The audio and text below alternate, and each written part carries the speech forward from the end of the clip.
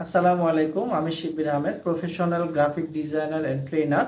তো দীর্ঘ ৮ বছর যাবত এই ফিল্ডে আছি আমি।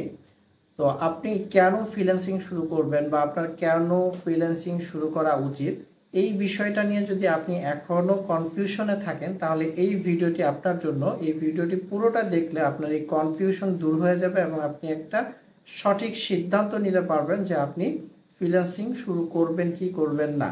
তো আপনি কেন ফ্রিল্যান্সিং শুরু করবেন, এর কয়েকটা কারণ আমি বলছি। যেমন প্রথমত হচ্ছে যে ফ্রিল্যান্সিং করলে নিজের ইচ্ছা স্বাধীন অনুযায়ী কাজ করার একটা সুযোগ পাওয়া যায়।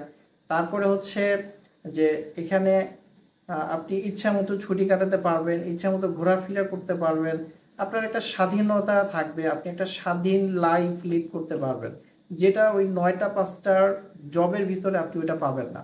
তারপর আরও একটা বড় সুযোগ হচ্ছে যে ফ্রিল্যান্সিং করলে এখানে আনলিমিটেড ইনকামের একটা পসিবিলিটি থাকে, যেখানে জবে ফিক্স স্যালারি।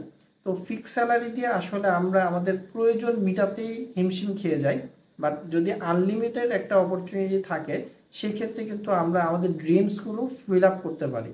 তো এটা কেবল আপনি যদি ফ্রিল্যান্সিং এই সেক্টরে আসেন, তাহলেই আপনি খুব ইজিলি দেখা যাবে যে আপনি আপনার ড্রিমসগুলো ফিল আপ করতে পারছেন। কারণ আপনি ফ্রিল্যান্সিংয়ের এই সেক্টরে যদি ভালো একটা স্কিল অর্জন করে এই সেক্টরে কাজ শুরু করেন, তখন দেখা যাবে যে আপনি হয়তো বা ১ মাসে ৫০,০০০, তারপরে মাসে ১ লাখ, ১.৫ লাখ, ২ লাখ এরকম কিন্তু ইনকাম করা এটা একদম নাথিং একটা বিষয়।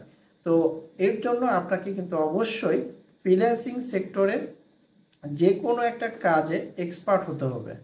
আর ফ্রিল্যান্সিং করার জন্য আসলে কোনো বয়স মেটার না। আপনি যদি স্টুডেন্ট অবস্থায় ফ্রিল্যান্সিংয়ের কাজ শুরু করেন, সেক্ষেত্রেও আপনি পারবেন। আপনি যদি জব করে থাকেন অথবা আপনি যদি বিজনেসম্যান হয়ে থাকেন, তো আপনি আপনার কাজের পাশাপাশি একটা ভালো স্কিল অর্জন করে যদি রাখতে পারেন, সেক্ষেত্রে কিন্তু এটা আপনার ব্যাকআপ হিসাবে কাজে দিবে। অর্থাৎ আপনি ধরেন জব করছেন, যে কোনো সময় আপনার জবটা কিন্তু চলে যেতে পারে, তখন কিন্তু আপনার ব্যাকআপ একটা থাকতেছে যে আপনার একটা ভালো স্কিল আছে।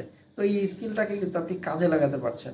আপনি হয়তো বা বিজনেস করছেন, আপনার এই বিজনেসের পাশাপাশি আপনি যদি স্কিল একটা অর্জন করতে পারেন, আপনি এই স্কিলটাকেও কিন্তু আপনার এই ব্যবসার পাশাপাশি কাজে লাগাতে পারছেন।